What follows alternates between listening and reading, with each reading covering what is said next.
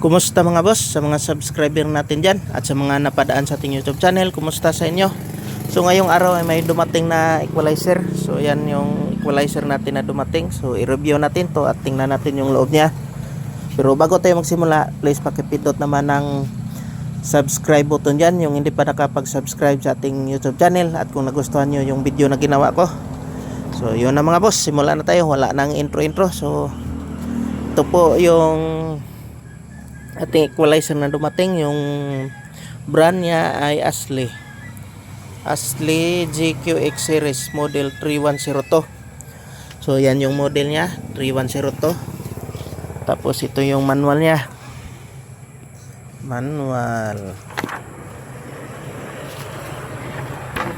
So ayan, may diagram pa pala siya.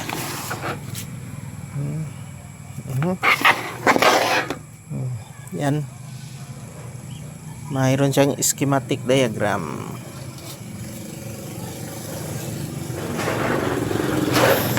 Tapos punta tayo sa kanyang harap. So ito yung harap niya, ito yung switch niya, mga feeder. So wobble man.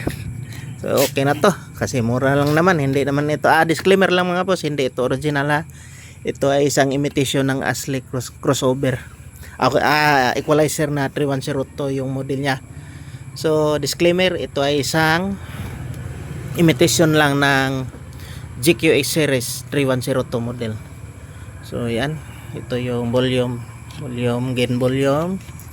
Ito yung high pass filter, high pass in out, TQ in. So yan, volume ng kanyang low pass hanggang 285 Hz. So yan, punta tayo sa kanyang likod. So ito yung likod niya.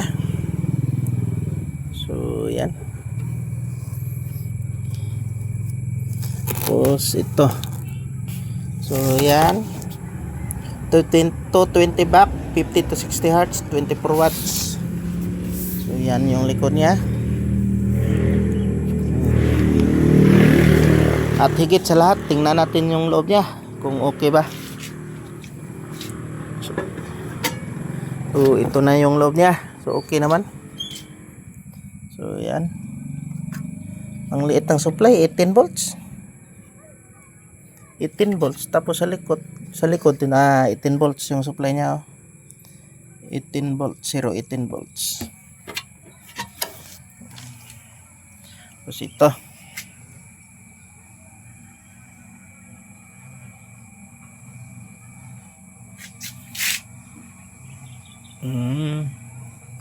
na ito, hindi makita. Tingnan natin. Hindi maklaro. Ito yung likod. So ito lang pala.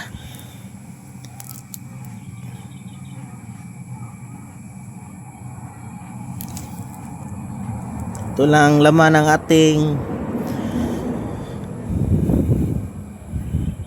grabe, ito lang pala yung laman niya. Ang layo talaga sa original.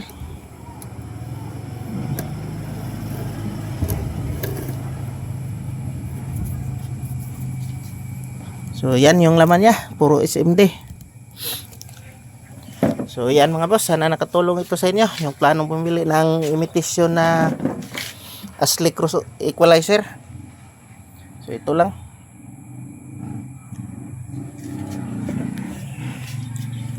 So yan, salamat sa pag-subscribe, salamat.